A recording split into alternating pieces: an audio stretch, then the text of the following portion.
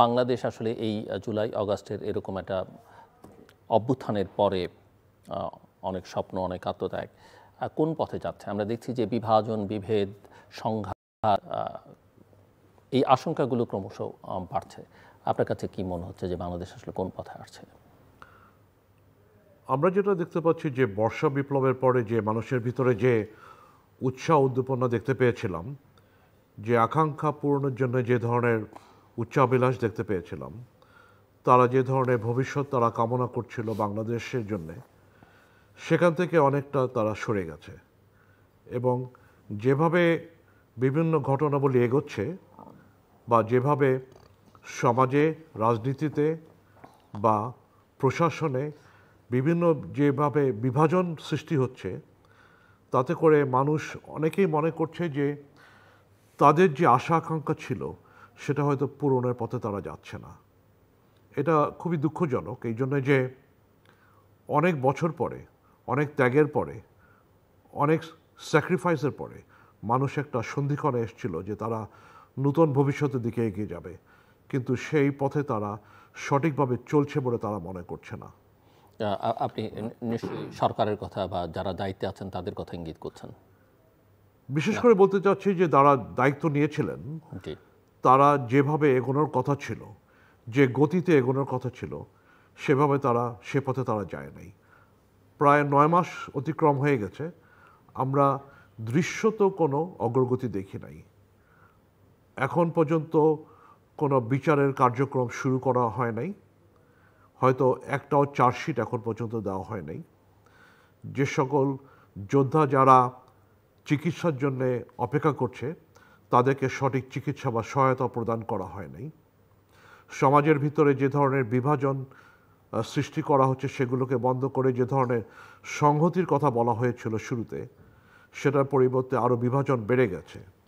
এই যে সংহতির কথা বলা হয়েছিল আপনি বলছেন, আমরা দেখলাম যে আনুষ্ঠানিকভাবে একটা জাতীয় ঐকমত্য প্রতিষ্ঠার কাজও প্রয়াসও চলছে। জাতীয় ঐকমত্য কমিশন কাজ করছে, এর আগে কিছু সংস্কার কমিশন সংস্কার নিয়ে কাজ করেছে এবং এই ঐকমত্য কমিশনের সঙ্গে সর্বশেষ একটি সভায় আপনি নিজেও ছিলেন। সো সেই ঐকমত্যের প্রক্রিয়াটা কতদূর এগুচ্ছে বলে আপনি মনে করছেন? বা যতটুকু জানতে পেরেছি যে তারা রাজনৈতিক দলের সাথে প্রথম পর্বের আলোচনা তারা সম্পন্ন করেছে, এবং যেটা তারা সেখানে যতটুকু বলেছেন যে সেই প্রথম পর্বে আলোচনায় যেগুলো আলাপ হওয়ার কথা ছিল অনেকটা অগ্রগতি হয়েছে।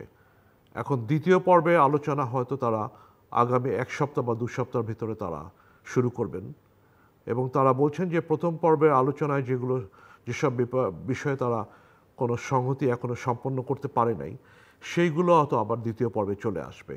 বা তাদের আশা হচ্ছে যে জুলাইয়ের ভিতরে একটি জুলাই সনদ প্রকাশ করা, এই লক্ষ্যে তারা এগোচ্ছে। মানে সনদ প্রকাশ করাটাই লক্ষ্য, নাকি আসলে ইন রিয়েল সেন্সে ঐকমত্য প্রতিষ্ঠাটা লক্ষ্য? এটা অনেকটা নির্ভর করবে যে সনদে কি থাকছে। যদি সনদে এমন কোনো কিছু থাকে যেটা সকলের কাছে গ্রহণযোগ্য নয়, তাহলে হয়তো ঐকমত্যের পরিবর্তে আরও বিভাজন বেড়ে যাবে। অনেকটা নির্ভর করবে যে সনদ প্রকাশের ব্যাপারে সকল রাজনৈতিক দলের সম্মতি আছে কিনা। এখানে অনেক ক্ষেত্রে আমরা দেখতে পাচ্ছি যে একটি বিশেষ রাজনৈতিক দলের মতামতের উপরে গুরুত্ব দেওয়া হয়েছে, যেটা অনেক ক্ষেত্রে তারা রাজনীতিতে নতুন এবং তাদের নিজের কিছু এজেন্ডা আছে এগুলো প্রকাশ করার ব্যাপারে। সেইভাবে যদি এককভাবে কোনো কিছু প্রকাশ করা হয় সনদে, তাহলে হয়তো সমস্যা শুরু হবে।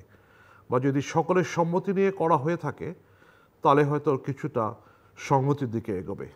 আমি এইসব প্রসঙ্গে আপনার কাছ থেকে আরও শুনতে চাইব পরে, কিন্তু তার আগে আপনার বিষয়ে যে বিষয়গুলো নিয়ে আপনার মতামত দর্শকরা বেশি শুনতে চাইবেন, সেই বিষয়টা একটু বুঝতে চাই। কালকে সেনাবাহিনীর পক্ষ থেকে একটা প্রেস কনফারেন্স করে বলা হয়েছে যে জাতীয় নিরাপত্তা এবং করিডোর বিষয়ে কোনো আপোষ করা হবে না। তো আমি একটু আপনারা বুঝতে চাই যে গত কয়েকদিন ধরে এই বিষয় নিয়ে কথা হচ্ছে। সেনাপ্রধান বলেছেন, সরকারের দিক থেকে কিছু কথাবার্তা আমরা শুনেছি, জাতীয় নিরাপত্তা উপদেষ্টা কিছু কথা বলেছেন, কিন্তু সেনাবাহিনী বারবার এটা অ্যাসার্ট করবার চেষ্টা করছে তাদের পজিশনটা। আসলে পরিস্থিতিটা কি? পরিস্থিতিটা শুরু হয়েছে যে সরকারের পক্ষ থেকে এই বিষয়ে পরিষ্কার কোনো স্বচ্ছতা আমরা দেখতে পাই নাই। পররাষ্ট্র উপদেষ্টা একটা কথা বলেছেন, প্রধান উপদেষ্টার প্রেস সচিব একটা কথা বলেছেন, সর্বশেষে জাতীয় নিরাপত্তা উপদেষ্টা একটা কথা বলেছেন। কাজেই এই সব মিলে এক ধরনের ধোঁয়াশা সৃষ্টি হয়েছে। তবে নিরাপত্তা উপদেষ্টা যেটাই বলে থাকেন না কেন, উনি কিন্তু করিডোর থেকে সম্পূর্ণ পিছিয়ে যান নাই, বরং বলতে গেলে কথার মারপ্যাচের ভিতরে উনি এখন করিডোর শব্দটা বাদ দিয়ে এখন বলছেন যে মানবিক চ্যানেল স্থাপন করা হবে। আমরা যেটা বুঝতে পারছি যে মানবিক চ্যানেল বলেন বা মানবিক করিডোর বলেন, এখান থেকে যে ধরনের কার্যক্রম হবে সেটা প্রায় একই রকমের কার্যক্রম হবে। এখানে অন্য কোনোভাবে বোঝার কোনো অবকাশ আছে বলে আমি মনে করি না। কেউ কেউ বোঝাবার চেষ্টা করছেন এই ন্যারেটিভটা যে চ্যানেল এবং মানবিক করিডোরের মধ্যে পার্থক্যটা বোঝাবার চেষ্টা করেছেন, আপনি লক্ষ্য করেছেন কোনো কোনো মহল থেকে সেটা করা হচ্ছে। ডিফারেন্সটা কি আসলে, এবং আসলে কি চাইছে সরকার? আমরা যেটা বুঝি যে মাঠ পর্যায়ে যখন এই কার্যক্রমটা গ্রহণ করা হবে, এই দুটোর ভিতরে কোনো তফাৎ নেই। অনেকে বোঝানোর চেষ্টা করেছেন যে মানবিক চ্যানেল একটা অর্থনৈতিক কর্মকাণ্ড, সেটা ভুল। সেটাকে হয়তো তারা কিছুটা মিশ্রিত করেছেন যে এক সময় দোহা ভিত্তিক একটা ইরানকে সাহায্য দেওয়ার জন্য একটা তহবিল গঠন করা হয়েছিল, মানবিক তহবিল, যেখান থেকে ইরানের কিছু সাহায্য তারা দিত, বিভিন্ন মানবিক সাহায্য তারা দিত। সেটা করা হয়েছিল বিশেষ একটা ক্ষেত্রে ইরানকে প্রদান করার জন্য, যেটাকে তারা মানবিক চ্যানেল হিসেবে আখ্যায়িত করেছিল। বাট মাঠ পর্যায়ে যখন জিনিসটা হবে বাংলাদেশের বা মিয়ানমারের ক্ষেত্রে, সেটা মাঠে যেভাবে কাজ করবে সেখানে চ্যানেল বা করিডোরের ভিতরে কোনো তফাৎ নাই। সো এই যে তফাৎ নেই, কিন্তু এই ন্যারেটিভটা দেওয়ার চেষ্টা করা হচ্ছে, এবং কখনো কখনো আমরা সরকার থেকে শুনছি যে এই বিষয়ে বিস্তারিত কোনো কারোর সঙ্গে কথাবার্তা হয়নি, প্রাথমিক আলোচনা বা কোনো সুনির্দিষ্ট অঙ্গীকারও করা হয়নি। আবার একই সঙ্গে আমরা দেখছি যে এই বিষয় নিয়ে জাতীয় নিরাপত্তা উপদেষ্টা নানা রকমের তৎপরতা, নানা রকমের আলোচনাও করছেন, এবং সেনাবাহিনীর দিক থেকে এই বিষয়টা নিয়ে বারবার এক ধরনের সতর্কবার্তা দেবার চেষ্টা করছে। তো এটা কি স্পষ্ট এখন যে সরকার এবং সেনাবাহিনীর মধ্যে একটা বড় দূরত্ব তৈরি হচ্ছে এবং গ্যাপটা বাড়ছে ক্রমশ, যেটা আমাদের স্বাধীনতা, সার্বভৌমত্ব এবং অভ্যন্তরীণ নিরাপত্তার জন্য এক ধরনের বড় হুমকি হয়ে দাঁড়াতে পারে আগামী দিনগুলোতে? অবশ্যই আপনি সঠিক বলেছেন যে দুটি জায়গা থেকে ভিন্ন মত প্রকাশ হয়েছে। একটা কথা আপনি খেয়াল করে দেখবেন যে, আবার বলছি কথার মারপ্যাচ, করিডোরের ব্যাপারে আলাপ আলোচনা হয় নাই, বাট বলছেন চ্যানেল স্থাপন করা হবে, এবং চ্যানেল স্থাপন করার জন্য আলাপ আলোচনা হয়েছে। কাজে এখানেও আবার দেখতে পাওয়া যাচ্ছে যে এক ধরনের কথার একটা ধূম্রজাল সৃষ্টি করা হয়েছে। যেটা বিশেষ করে উদ্বেগের বিষয় হচ্ছে যে সেনাবাহিনী বা সশস্ত্র বাহিনী দেশের সার্বভৌমত্ব নিরাপত্তার জন্য দায়িত্ব আছেন, তাদের মতামত এবং সরকারের মতামতের ভিতরে একটা ভিন্নতা দেখা যাচ্ছে। এবং সেনাপ্রধান বলছেন যে এই ধরনের সিদ্ধান্ত একমাত্র নির্বাচিত সরকারই নিতে পারে। সেটা বলেছেন যে যেহেতু এটা খুবই গুরুত্বপূর্ণ জাতীয় নিরাপত্তা বিষয়ক সব একটা সিদ্ধান্ত, বিশেষ করে খুবই স্পর্শকাতর সিদ্ধান্ত, কাজেই সেনাপ্রধান বলেছেন যে এই ধরনের সিদ্ধান্ত একমাত্র নির্বাচিত সরকার ছাড়া অন্য কারোর এখানে হাত দেওয়া উচিত হবে না। যেটা লক্ষণীয় বিষয় হচ্ছে যে এটা বলার বা সেনাবাহিনীর পক্ষ থেকে এর ব্যাপারে এত কেন গুরুত্ব দেওয়া হচ্ছে, সেটা বুঝতে গেলে আমাদেরকে রাখাইনকে বুঝতে হবে, এবং রাখাইন খুবই সেন্সিটিভ একটা, তার যে রাখাইনের অবস্থান, রাখাইনের গুরুত্ব, রাখাইনের বর্তমান পরিস্থিতি কি, সেটা যদি এক্সপ্লেইন করবেন আমাদেরকে আপনি এই পরিস্থিতিটা।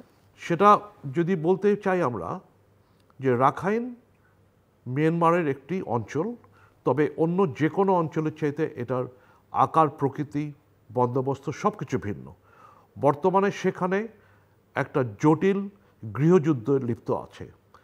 সেখানে মিয়ানমারের রাষ্ট্রীয় যে বাহিনী তাকমাদো, তার সাথে আরাকান আর্মি যুদ্ধে লিপ্ত আছে, এবং আমরা দেখেছি যে আরাকান আর্মি সেই অঞ্চলের প্রায় ৮০% তারা তাদের নিয়ন্ত্রণে নিয়ে নিয়েছে, দখল করে নিয়েছে। ২০% এখন পর্যন্ত মিয়ানমারের রাষ্ট্রীয় বাহিনীর ক্ষমতায় আছে।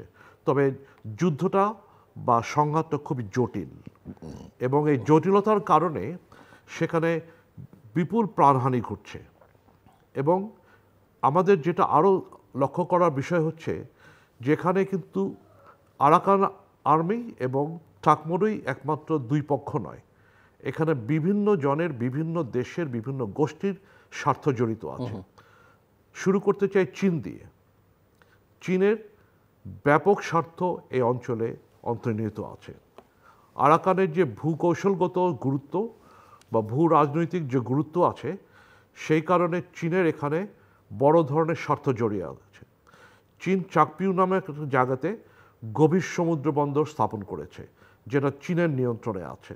তাছাড়া চাকপিউ থেকে তারা তাদের জ্বালানি নেওয়ার জন্য পাইপলাইন স্থাপন করে ইউনান পর্যন্ত তারা জ্বালানি নিয়ে যাচ্ছে। আমরা জানি যে চীনের যে পশ্চিমাঞ্চল যেটা আছে চীনের, সেটা জ্বালানির দিক থেকে তাদের বড় ধরনের কমতি বা সমস্যা আছে। কাজে এই জ্বালানির যে পাইপলাইনটা চলে গেছে, সেটা তাদের জ্বালানি নিরাপত্তার জন্য খুবই গুরুত্বপূর্ণ।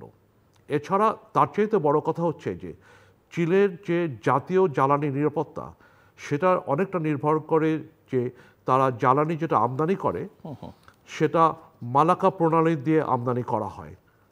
আমরা দেখেছি বা জানি যে মালাকা প্রণালীর যে দৈর্ঘ্যটা আছে সেটা বেশ কম, ন্যারো, অর্থাৎ কোনো সংঘাতের সময় এটা বোঝাই যাচ্ছে এটাকে বন্ধ করে দেবে পশ্চিমা বিশ্ব।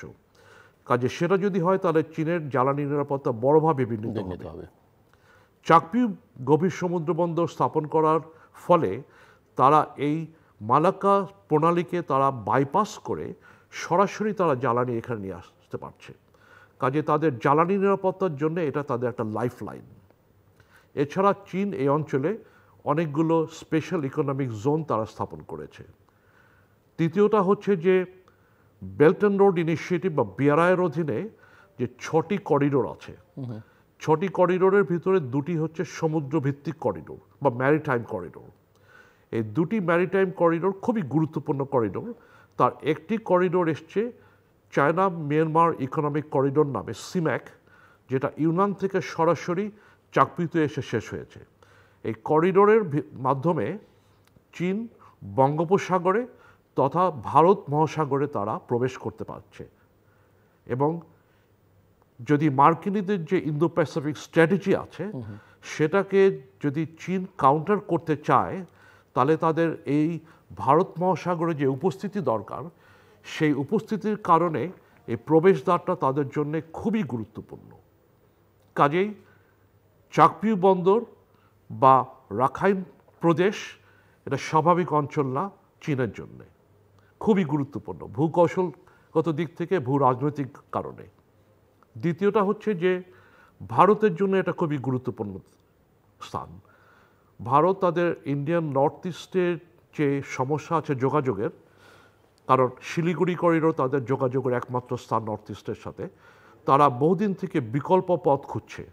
এই বিকল্প পথ তারা খুঁজে বের করেছে হলো কালাদান মাল্টিমোডাল হাইওয়ের মাধ্যমে, যেটা সিটুই বন্দর থেকে শুরু করে কিছুটা নদীপথে, কিছুটা স্থলভাগে গিয়ে তারা মিজোরামে গিয়ে যোগ দেয়। এই পথে তারা ইন্ডিয়ান নর্থ ইস্টে একটা অল্টারনেটিভ রাস্তা খুঁজে বের করেছে। এবং সেই কালাদান হাইওয়েটা বেশ কিছুদিন থেকে তারা এ ব্যাপারে কাজ করছে। তারা সিটুই বন্দরকে তারা পুনর্নির্মাণ করেছে, এখানে বেশ কয়েক বিলিয়ন ডলার তারা খরচ করেছে। তবে কাজের অগ্রগতি খুব আশানুরূপ নয়, এই কারণে যে আরাকান আর্মির যুদ্ধের কারণে তাদের কাজ বেশ কিছুটা বিঘ্নিত হয়ে গেছে। তবে ইদানিং ভারত আরাকান আর্মির সাথে যোগাযোগ স্থাপন করেছে এবং তাদের সাথে একটা সম্পর্ক গড়ে তুলেছে। এই সম্পর্ক গড়ে তোলার কারণে আরাকান আর্মি তাদের এই কালাদান মাল্টিমোডাল হাইওয়েকে আবার নতুন করে নির্মাণ কাজে আবার অগ্রসর হওয়ার জন্যে একটা সম্মতি দিয়েছে। কাজে কাজ আবার শুরু হতে যাচ্ছে বা শুরু হয়েছে। কাজে ভারতের যোগাযোগ মাধ্যম যেটা নর্থ ইস্টের সাথে হচ্ছে, তার কারণে এই কালাদান হাইওয়েটা এখানে অবস্থানের কারণে রাখাইন তাদের জন্য খুবই একটা গুরুত্বপূর্ণ জায়গা। এছাড়া রাশিয়ার সাথে মিয়ানমারের কেন্দ্রীয় সরকার বা টাকমোডের গভীর যোগাযোগ আছে। বিশেষ করে তাদের সমরাস্ত্র সরবরাহ কারণে রাশিয়ার উপরে তারা অনেকটা নির্ভরশীল। বিশেষ করে তাদের বিমান বাহিনী বা বিমান সেনাদের জন্যে সরবরাহটা সর্বোপরি তারা রাশিয়া থেকে পাচ্ছে। রাশিয়া এই অঞ্চলে অর্থাৎ রাখাইনে বেশ কিছু ইকোনমিক জোন স্থাপন করেছে।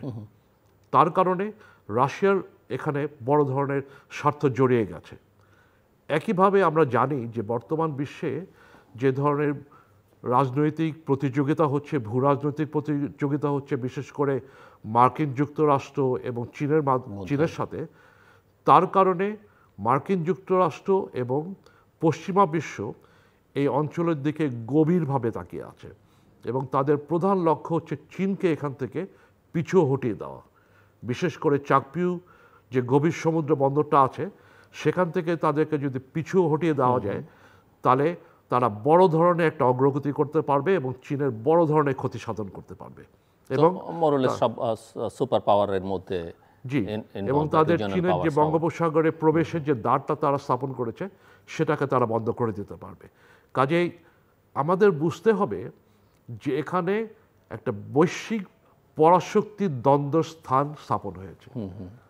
আমরা এই অঞ্চলকে সাধারণ অঞ্চল হিসেবে বুঝে এগোলে হবে না, যে সেখানে কিছু মানবিক প্রয়োজন আছে, আমি মানবিক আমার প্রশ্ন, যেমন আপনি বলছিলেন যে ভারত আরাকান আর্মির সঙ্গে একটা যোগাযোগ স্থাপন করেছে। আমরা বাংলাদেশের ভাষায় অন্তত প্রেস সেক্রেটারির কাছ থেকে চিফ অ্যাডভাইজারে শুনলাম বাংলাদেশও আরাকান আর্মির সঙ্গে এক ধরনের যোগাযোগ স্থাপন করবার চেষ্টা করছে বা এক ধরনের যোগাযোগের মধ্যে আছে। এবং এই যে করিডোর বা চ্যানেল যেটাই বলি না কেন, এটা আসলে কার স্বার্থ শেষ পর্যন্ত রক্ষা করবে? এটা কতটা মানবিক আর কতটা কৌশলগত বেনিফিট কাকে কি দিতে পারে বলে? এখানে আমাদের কোনো স্বার্থ জড়িত নয়। আমি একেবারে পরিষ্কার যে বাংলাদেশের কোনো স্বার্থ এখানে নাই। মানবিকতার তো অনেক দিক আছে। মানবিকতার সেই দিক দেখতে গেলে আমার ভূমিকা না ব্যবহার হবে। আপনি আর্থিক সাহায্য দিয়ে দেন, জাতিসংঘ অন্য দিক থেকে নিয়ে যাক। জাতিসংঘ ইচ্ছা করলে ভারত থেকে চীন রাষ্ট্র দিয়ে রাখাইন খুবই কাছাকাছি। কাজেই বাংলাদেশের ভিতর দিয়ে সেখানে যাওয়াটায় আমাদের কোনো স্বার্থ জড়িত নয়। বরং আমি বলবো যে কোনো অঞ্চলে যেখানে, বিশেষ করে যেখানে জটিল সংঘাত হতে থাকে, থেকে পার্শ্ববর্তী যে কোনো দেশ সেটা থেকে দূরে থাকার চেষ্টা করে। বরং এখানে দেখা যাচ্ছে যে আমরা এগিয়ে গিয়ে সে সংঘাতের সাথে জড়িত হয়ে যেতে পারি। এখানে যে কূটনৈতিক যে জটিলতাটা আসছে, মিয়ানমার সরকারকে আমরা স্বীকৃতি দেই। সেই কারণে মিয়ানমারের যে সার্বভৌম যে সীমান্ত রেখা আছে, সেটাকে আমরা স্বীকৃতি দেই।